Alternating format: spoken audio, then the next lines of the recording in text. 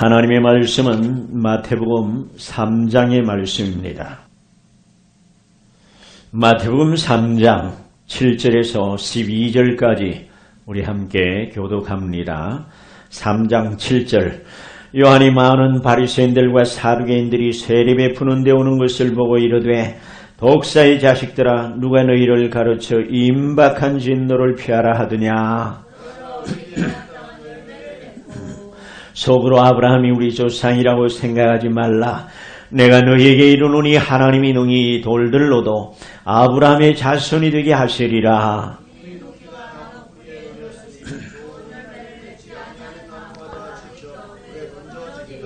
나는 너희로 회개하게 하기 위하여 물로 세례를 베풀거니와 내 뒤에 오시는 이는 나보다 능력이 많으시니 나는 그의 신을 들기도 감당치 못하겠노라. 그는 성령과 불로 너희에게 세례를 베푸실 것이요.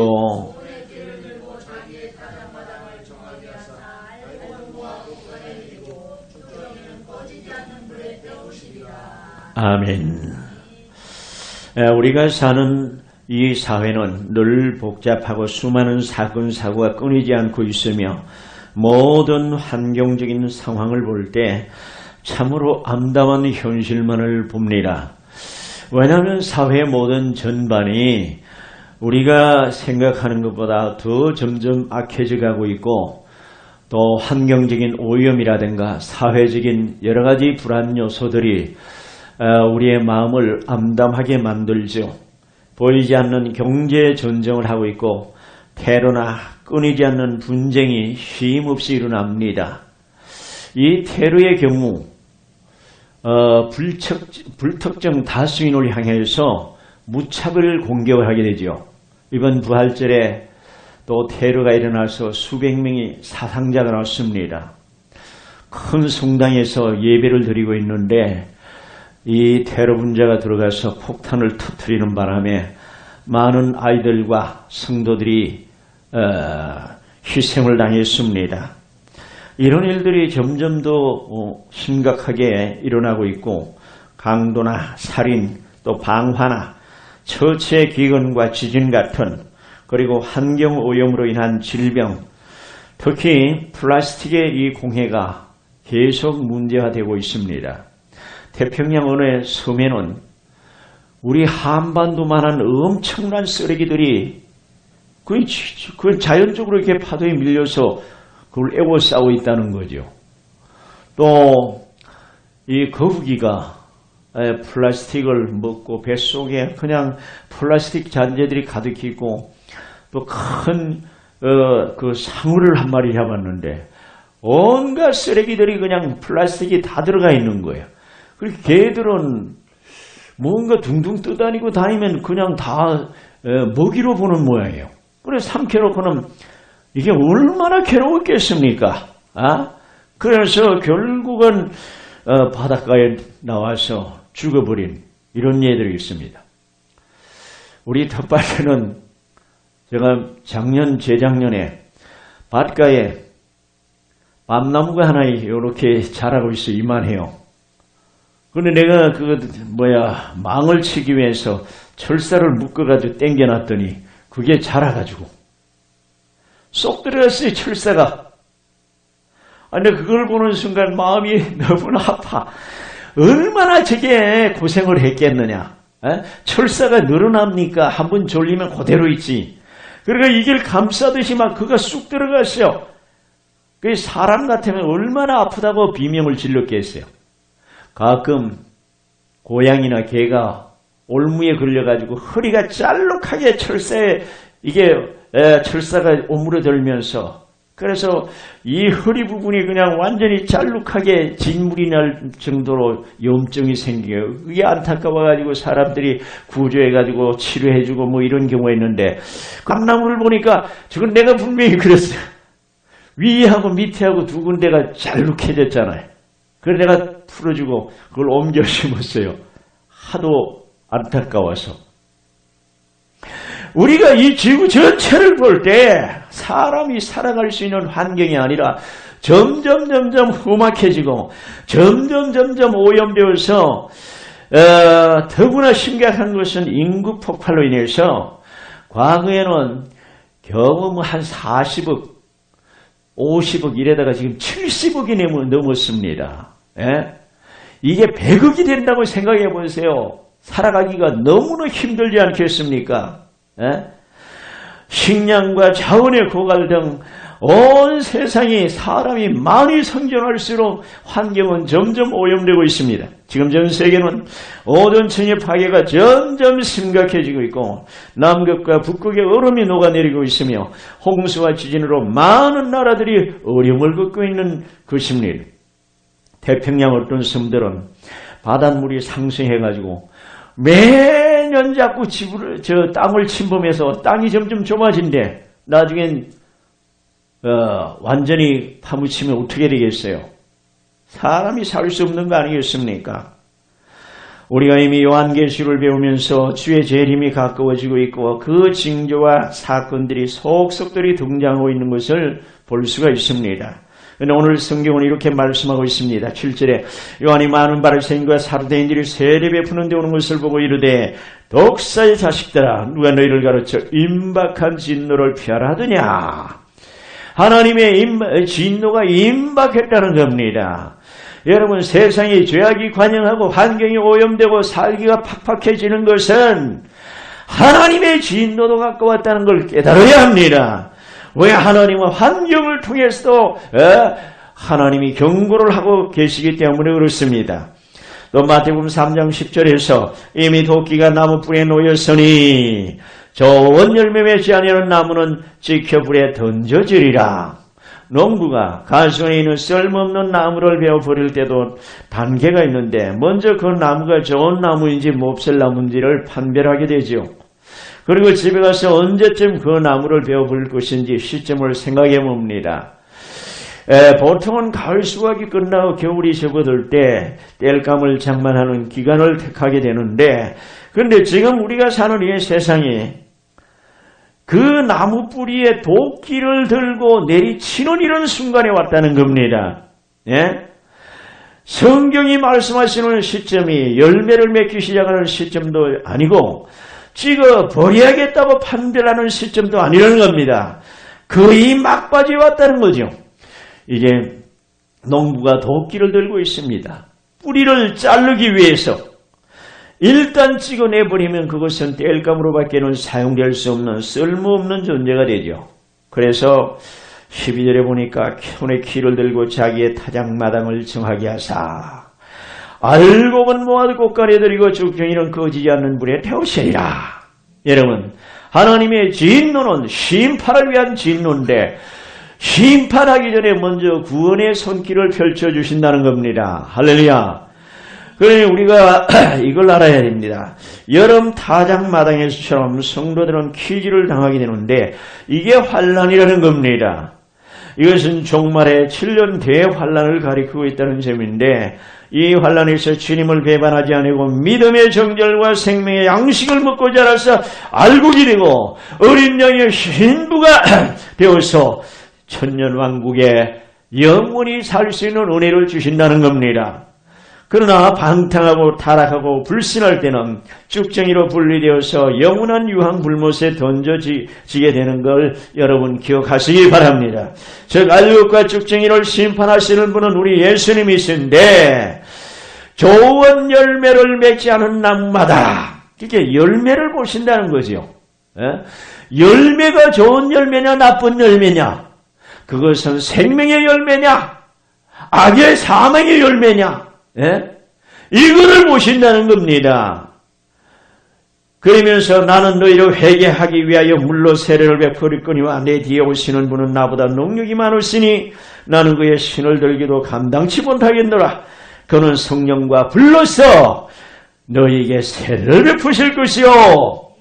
여러분 이 세례는 성령 세례와 불 세례로 나누어지고 있습니다. 요한은 물로 침례를 주지만 예수님은 성령과 성령 세례로 불 세례로 주신다는 말씀을 하고 있는데 몰랐을 때는 성령과 불이 같은 개념으로 알았지만 여러분 성령 침례는 구원을 위한 목적입니다. 할렐루야. 그래서 여러분이 성령을 받음으로 예수님을 믿고 고백할 수 있고 죄사함 받을 수 있고 예수님을 믿음으로 하나님을 아버지로 부를 수 있는 겁니다. 이게 성령의 역사로 믿음이 오고 성령의 역사로 시인하고 고백하는 은혜를 입게 되는 거죠. 할렐루야. 그러니까 성령이 역사하지만 우리가 주님을 진정으로 믿는 게 아니라는 겁니다. 그런데 이 말씀에서 보면은 성령 침례는 바로 우리를 구원하시기 위한 목적이요, 불침례는 멸망과 심판을 위한 불인 걸 이걸 깨달으라는 말씀입니다. 바로 둘째 사망도 모든 인간이 백보자 심판대 앞에서 자기의 행위대로 심판을 받고 유황과 불못에 던져지게 된다고 하셨습니다. 사실 이것이 불로 심판당할 불세례라는 의미입니다. 세례라는 말 자체는 완전히 잠긴다는 말이 아니겠어요. 그래서 성령 침례라는 말은 성령에 완전히 잠긴다는 말이요. 불세례, 불침례, 그 불 속에 완전히 잠겨서 멸망당하게 된다는 말씀 아니겠어요. 그래서 사실 이것이 불로 심판당할 불세례라는 것을 우리가 생각할 때 우리가 성령 세례가 아니면은 불세례를 당할 수밖에 없는 겁니다. 뒷골목의 어둠의 세계는 주먹 세례라고 하죠. 얼마나 주먹으로 두드리 패면 사람이 그냥 실신을 당할 상태가 되겠어요. 그게 주먹 세례 아니겠어요. 요한계시록 20장 14절에 보니까 사망과 음부도 불못에 던져지니 이것은 둘째 사망 곧 불못이라 누구든지 생명책에 기록되지 못한 자는 불못에 던져지리라. 불못에 던져지는 그 자체가 불세례를 당하는 겁니다. 그런데 도끼로 찍혀 불에 던져지는 나무는 바로 열매가 없기 때문이라고 말씀하고 있는데, 그래서 우리 성도들은 그나마 가지에 붙어 있을 때 열심히 열매를 맺어야 합니다. 더 이상 나중에는 열매 맺을 기회가 없다는 거죠. 그래서 하나님의 임박한 주인 앞에 우리가 좋은 열매를 맺어 알곡이 되어 천국에 들어갈지 아니면 열매 없는 죽정이로 지옥불에 들어갈지는 여러분이 열매에 달렸다는 것을 확실히 인식하시기 바랍니다. 그러니까 좋은 열매, 생명의 열매, 구원의 열매, 영생의 열매가 맺히기 위해서 힘쓰라는 거죠. 아무리 교회에서 정직하고 성실한 인간의 삶을 교훈하고 가르친들, 물론 그걸 부인하면 안 되죠. 우리가 불신자들보다 더 바르게 살아야 하고 깨끗하게 살아야 하지만은 그것이 복음의 핵심은 아니라는 겁니다. 어떤 사람에게 우리가 친절하게 대하고 또 사랑을 베풀고 남보다 더 훌륭한 인격으로 살아가는 것, 이것도 중요한 일입니다. 그러나 주님이 가르치시는 궁극적인 목표는 여러분이 좋은 열매를 맺어서 천국에 들어가게 하시는 것이 목적인 걸 믿으시기 바랍니다. 그러니 하나님의 임박한 진노 앞에 우리가 좋은 열매를 맺어 알곡이 되어 천국에 들어가는 그런 성도의 삶이 되기를 주의 이름으로 축원합니다. 오늘 말씀을 듣는 모든 성도 여러분들은 좋은 열매를 맺어 천국에서 영생하는 이 특별한 은혜를 받은 겁니다. 초림 때 유대인들과 재림 때 우리 성도들과는 너무나 공통점이 많은데, 초림 때 유대인들은 자신들이 하나님의 선택받은 백성이라고 자신을 했습니다. 재림 때 우리 교회 성도들도 예수님의 십자가로 100% 구원받았다는 자부심을 갖고 살아가는 거 아니겠어요? 그래서 우리는 유대인들이라 우리는 하나님의 특별한 은혜 속에 창세전에 택하시고 구원하신 은혜 속에 예수를 믿고 믿음 생활하고 있다는 사실입니다. 그런데 또 분명히 다른 점이 있습니다.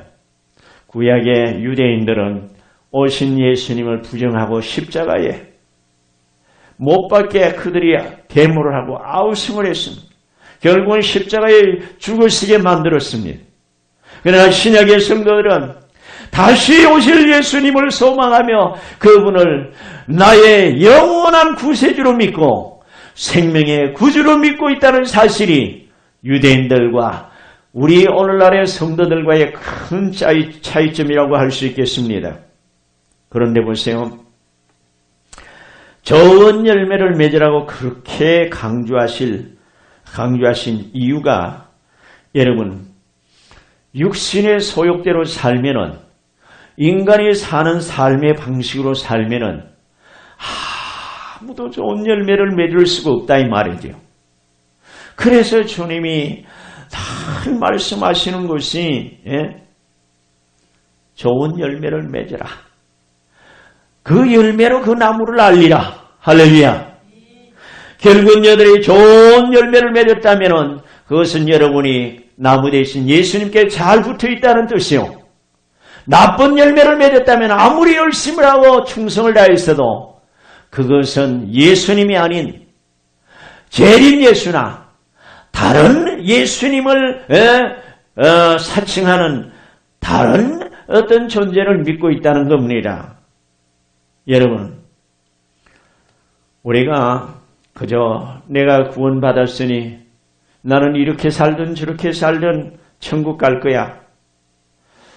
그게 믿음이 좋아서입니까? 어리석어서 그럽니까? 예수님의 가르침은 여러분 총론적으로 보면 너무 쉽습니다. 예수 믿어 천국 가니까 얼마나 쉽습니까? 그러나 좀 구체적으로 강론적으로 뜯어보면은 그 예수를 어떻게 믿어야 하는 것이 문제인 거죠. 생명의 좁은 길로 들어가라고 해서 좁은 문으로 들어가기를 힘쓰라고 했습니다. 구원받는 숫자가 결코 많은 것이 아니라고 했습니다. 여러분, 내가 길이요 진리요 생명이니 나로 말미암지 않고는 아버지께로 올 자가 없다고 했습니다.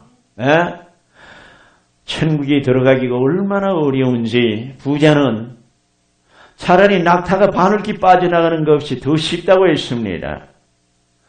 여러분, 천국이 저절로 오는 것이 아니란 말씀입니다. 천국은 침나고 빼앗는 자가 누린다고 했어요. 할렐루야. 그런 열정적인 주님을 사모함과 믿음으로 살려는 뜨거운 열심이 아니고는 다 시들고 병들어서 쭉쟁이가 될 수밖에 없다는 거죠. 알곡과 쭉쟁이는 저절로 되는 것이 아닙니다.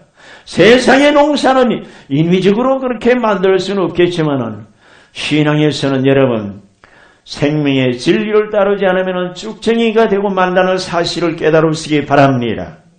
그러니 여러분 하늘나라는 공짜로 가는 것이 아닙니다. 하나님의 큰 희생과 은혜로 가는 것이고 그래서 좋은 열매를 맺기 위해서 신령한 젖을 사모하라. 그래야 구원에 이르도록 자라게 된다고 말씀하고 있습니다. 그러니 사랑하는 우리 성도 여러분, 그저 공짜로 천국 간다고 그렇게 쉽게 생각하지 말아야 합니다. 우리가 세상의 논리로 본다면은 그저 우리가 조금만 그냥 이름만 올려놓고 어떤 종교처럼 1년에 한두 번 나가면은 천국 가는 걸로 그렇게 생각해서는 안 됩니다.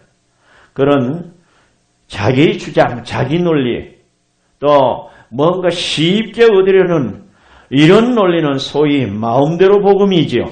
그러나 마태복음 3장에는 정반대로 알곡과 쭉쟁이가 심판의 분명한 기준이 되고 이 심판의 기준을 통해서 마지막에 다 완전히 갈라지는 겁니다. 부모 형제도 이 기준에서 갈라집니다. 이웃 사촌들도 이 기준에서 갈라집니다. 나라와 민족도 이 기준에 의해서 갈라집니다. 그러니 여러분 오늘 말씀을 통해서 임박한 하나님의 진노는 다른 뜻이 아닙니다. 빨리 알곡이 되라는 것이 주님의 말씀이에요. 할렐루야. 알곡이 되기 위해 힘쓰는 것이 임박한 진노를 인식하는 신앙이죠. 그러니 마음대로 복음, 내가 복음, 또 멋대로의 복음, 내 생각대로의 복음은 그건 인위적인 복음이에요. 내가 만든 복음입니다. 하나님이 주신 복음이 아니고 그건 망하는 것이죠. 그래서 우리가 다른 예수, 다른 영, 다른 복음. 이걸 우리가 경계해야 되는 겁니다. 예? 베드로후서 3장 9절에 주의 약속은 어떤 이들이 더디다고 생각하는 것 같이 더딘 것이 아니라 오직 주께서는 너희를 대하여 오래 참으사 아무도 멸망지 아니하고 다 회개하기에 이르기를 원하시느니라. 여러분, 주님은 우리가 생각하는 것처럼 더딘 것이 아니라 하나님 편에서는 상당히 참으시고 상당히 미루고 계신다는 거죠. 왜? 한 영혼이라도 더 구원하고 한 영혼이라도 회개하여 돌아오기를 원하시는 마음에서 할렐루야. 그런데 보세요. 그러나 주의 날이 도둑같이 오리니. 도둑은 공개하면서 오는 거 아니지 않습니까? 갑자기 오신다 이 말이죠. 예? 그래서 그날에는 하늘이 큰 소리로 떠나가고 물질이 뜨거운 불에 풀어지고 땅과 그 중에 있는 모든 일이 드러나리로다. 여러분, 다 녹아버렸는데 뭐가 남겠습니까? 오직 구원받은 생명의 자녀들만이 돋보이게 되고 머리털 하나 상하지 않는 온전한 구원이 이루어지는 걸 믿으시기 바랍니다. 그러니 한 사람이라도 더 구원하시는 하시는 이 예수님은 선지자들 보내서 회개하고 복음을 믿으라고 하셨습니다. 지금도 예수님은 회개하라. 천국이 가까이 왔느니라. 여러분, 회개는 구원의 필수 요소인데 그렇다면 구체적으로 어떤 회개를 해야 되느냐? 한마디로 생명을 얻기 위한 회개가 되어야 된다는 겁니다. 할렐루야. 예? 그러면 생명을 얻기 위한 회개가 뭐냐?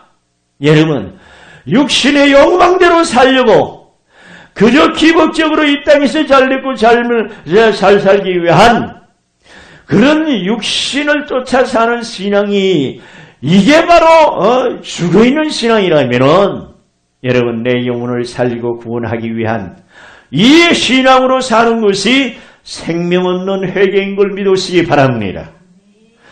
이 의미를 알아야 여러분은 죄에서 구원받아 내 영혼이 용생의 열매를 맺는 구원의 완성을 얻게 됩니다. 할렐루야. 그러니 즉 죄에 빠진 우리의 몸을 대속하신 주님의 이 은혜로 말미암아 여러분이 의인의 반열에 서게 되고 이 의인의 반열의 선자들에게 하나님은 생명의 꿀을 먹고 마시게 하여 영생의 열매를 맺게 해주시는 걸 믿으시기 바랍니다. 따라서 누구든지 예수만 믿으면 죄에서 이룬 하나님의 백성의 신분이 되고 부활의 생명이 되신 예수님의 생명의 떡을 먹는 자는 영생의 열매를 맺습니다. 이게 복음의 핵심이요. 이것이 구원의 핵심입니다. 그래서 마태복음 1장 21절에도 이름을 예수라 하라. 이는 그가 자기 백성을 저희 죄에서 구원할 자이심이라 하리라. 예수라는 이름으로 오신 주님은 죄에 빠진 사람들을 죄에서 구원하시는 이름이요. 그리스도라는 이름은 생명을 얻게 하는 이름이에요. 할렐루야. 영적인 의미가 다릅니다. 그래서 임박한 하나님의 진노는 열매를 맺지 못한 나무를 잘라버리시겠다는 심판으로 그 영혼이 영생의 열매를 맺는 생명 없는 회개가 우리 신앙에는 매우 중요한 일입니다. 물론 죄에서 구원받는 죄사함의 회개가 순행돼야 되겠죠. 그러나 영생의 열매를 맺고 알고게 되는 이 생명 없는 회개로 천국 가게 되는 걸 믿으시기 바랍니다. 따라서 사랑하는 우리 성도 여러분, 생명 없는 회개는 생명을 얻는 이 회개는 결국은 열매를 맺기 위한 겁니다. 할렐루야. 그래서 좋은 열매, 영생의 열매를 많이 맺어야 되는데 여러분 우리가 성경에서 모르는 지식을 얻는다고 그 순간은 뭔가 신기하고 그 순간은 뭔가 또 이성적으로 도움이 될지 모르겠어요. 그러나 성경을 아무리 달달 외고 남이 알지 못하는 기막힌 이론을 끄집어낸들 그게 생명이 되는 것은 아닙니다. 예수님이 말씀하셨잖아요. 너희가 성경에서 영생을 얻기 위해서 영생을 얻는 줄 알고 이 성경을 연구하거니와 이 성경이 곧 내게 대해서 증언하는 것이니라. 많은 교회들이 복음서를 가지고 열심히 설교를 하다가 몇 년 설교를 하면 자꾸 반복되니까 그러면 실정을 낼까봐 성도들이 좀 어려워하는 구약에 잘 안 보는 성경을 텍스트로 그걸 주제로 삼아서 설교를 많이 합니다. 그러면 성도들도 새로운 것을 자꾸 듣게 되고 신기하게 되고 지루하지 않겠다. 그렇게 느껴져서 그런지 몰라도 구약을 주제로 하는 설교를 많이 합니다. 여러분, 구약은 뭐라고 했습니까? 그것은 예수님을 가르치기 위한 말씀이라고 했어요. 할렐루야. 더 이상 구약에서 무엇을 찾겠습니까? 구약을 텍스트로, 구약을 주제로 해가지고 설교를 한다면 역시 그리스도를 증언하고 그리스도를 조명하기 위한 설교여야죠. 그런데 어떤 구약의 어떤 성경의 형성사나 아니면 구약에 우리가 잘 알지 못하는 역사적인 배경을 놓고 1시간 내내 이런 사건이 있었다. 그거 가르치면 뭐하냐 이 말이죠. 다 예수를 조명하고 증거하기 위한 말씀이었는데 그러니까 오늘 여러분들이 새로 듣는 말씀이든 많이 들어왔던 말씀이든 중요한 것은 신령한 생명의 떡을 먹는 개념으로 예배를 동참하는 것이 그게 영과 진리의 예배인 걸 믿으시기 바랍니다. 뭐 새로운 지식을 얻기 위한 것이 예배의 본질이 아니에요. 우리의 속사람을 살리고 양육하기 위한 예배가 이게 정말로 하나님이 기뻐하시는 영과 진리의 예배요. 몸을 바쳐 헌신 봉사하는 이 영적인 예배입니다. 그래서 예수님께서 가르친 말씀을 보면은 수가성 여인과의 대화 속에서 네가 먹는 물은 먹어도 목마르거니와 내가 주는 물은 영원히 목마르지 아니하리라. 예수님이 영생의 샘이 되어주셔서 영생의 물을 공급해 주시는데 그 영생의 물이 생명의 말씀인 걸 깨달으시기 바랍니다.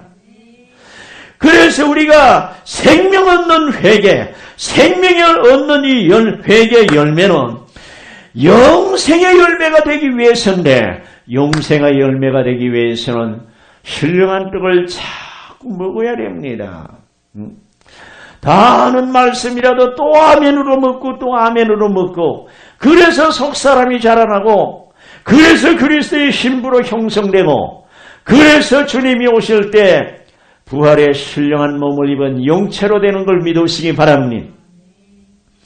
알곡은 모아 곡간에 드리고 어떻게 알곡이 만들어집니까? 신령한 양식인 영의 양분인 생명의 말씀 영의 꼴을 자꾸 먹어야 돼요.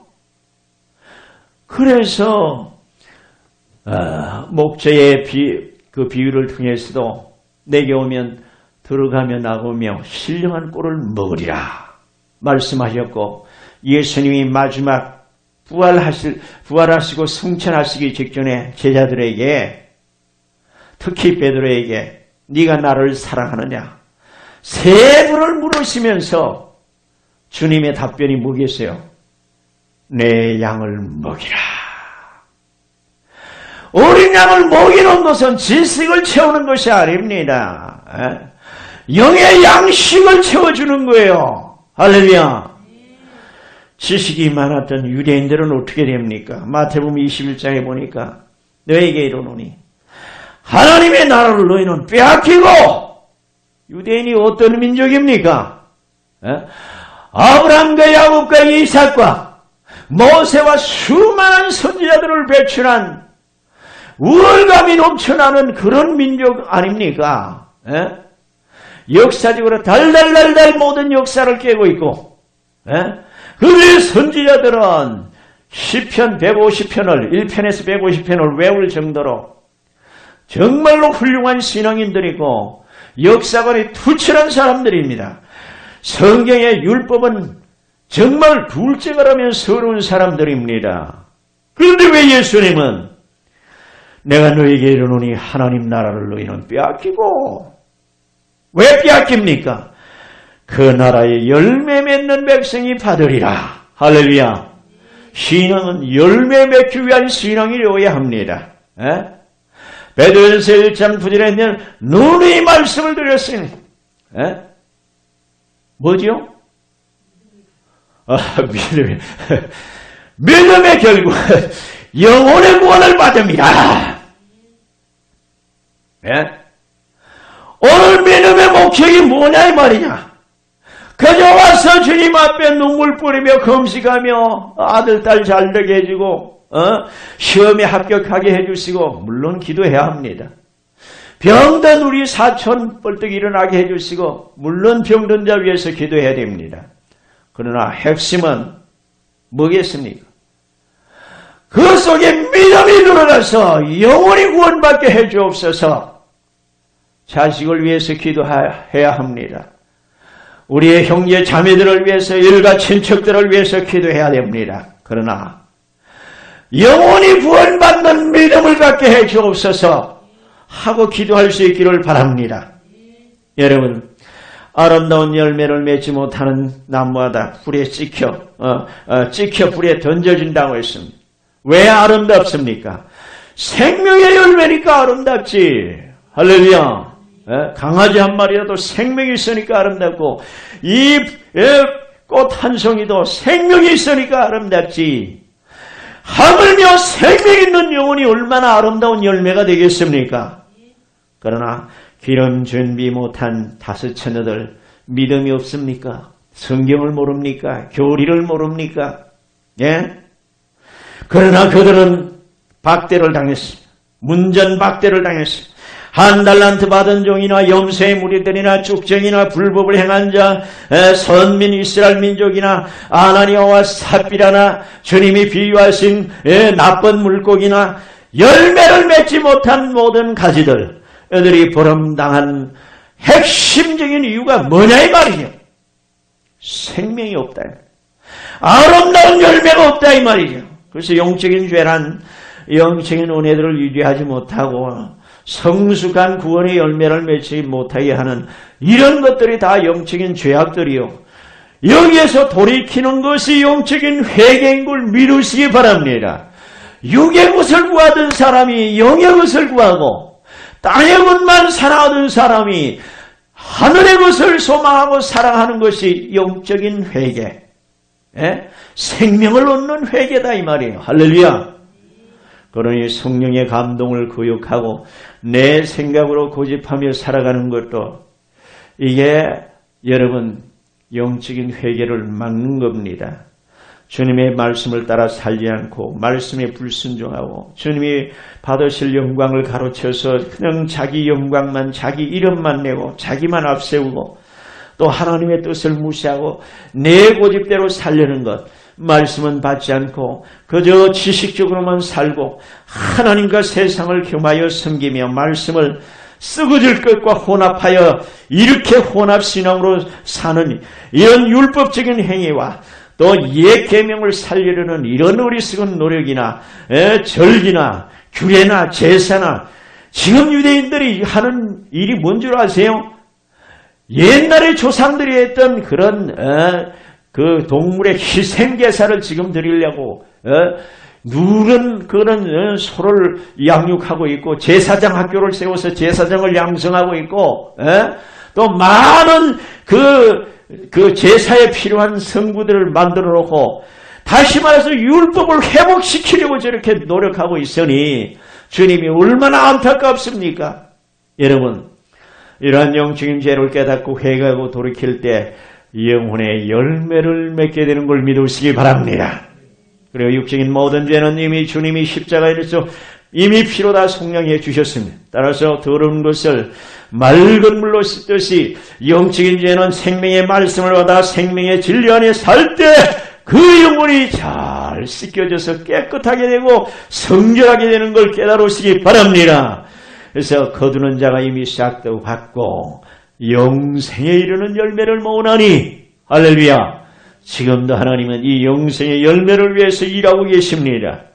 그러니 사랑하는 우리의 성도 여러분, 복음 사역은 썩어질 육신을 위해서가 아니라 영원히 있을 영혼의 사역이기 때문에 구원의 열매나 모든 영적인 열매는 바로 귀한 열매에 속하는 걸 믿으시기 바랍니다. 우리는 뒤로 물러갈 멸망할 자가 아니오 오직 영혼을 구원하며 이르는 믿음을 가진 자리라. 적어도 이런 눈을 떠야 합니다. 내가 예수를 믿는 것은 그저 이 땅에서 그냥 불안하니까 내 마음에 위안을 얻고 위험에서 나를 보호해 주시는 그런 하나님으로 믿는 것이 아니라 오직 영혼을 구원하며 이르는 믿음을 가진 자니라. 내 영혼을 구원받는 이런 믿음으로 사는 것이 정말로 귀한 믿음이요 하나님이 칭찬하시고 기뻐하시는 믿음이라는 겁니다. 따라서 영생에 이르는 열매는 천국에 들어갈 수 있는 중요한 자격으로서 구원의 성숙한 열매이며 영혼의 성숙함인 영적인 열매가 되는 걸 믿으시기 바랍니다.